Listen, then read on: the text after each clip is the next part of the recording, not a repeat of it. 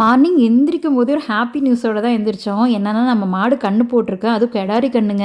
Which means girl காஃப்ங்க. அதுவும் இந்த மாடு எனக்கு ரொம்ப ஸ்பெஷல். ஏன்னா சீர்பொங்கலுக்கு எங்க தாத்தா கொடுத்தது. அதுவும் பாருங்க இதோட 3வது தடவை 3மே கெடாரி கண்ணு தான். வீட்டில் மாடு கண்ணு போட்டுச்சுன்னா என்னங்க சீம்பால் தான் ஸ்பெஷல்.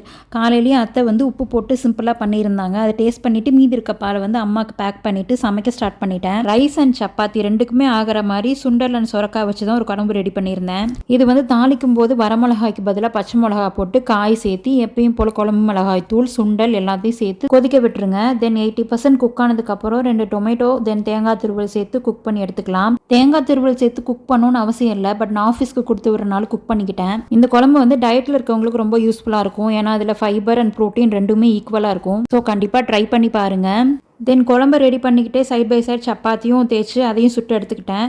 அதுக்கப்புறம் டின்னர் பேக் பண்ணிவிட்டு எப்பயும் போல் ஒரு ஷர்ட் அயன் பண்ணி கொடுத்துட்டு ஃப்ரிட்ஜில் பால் வச்சுருந்தேன். அதை சுத்தமும் மறந்தே போயிட்டேன். நல்ல வழியாக கடைசியில் ஞாபகம் வந்தது. அதையும் எடுத்து கொடுத்து ஒரு ஆஃபீஸ்க்கு தாட்டி விட்டுட்டேன்.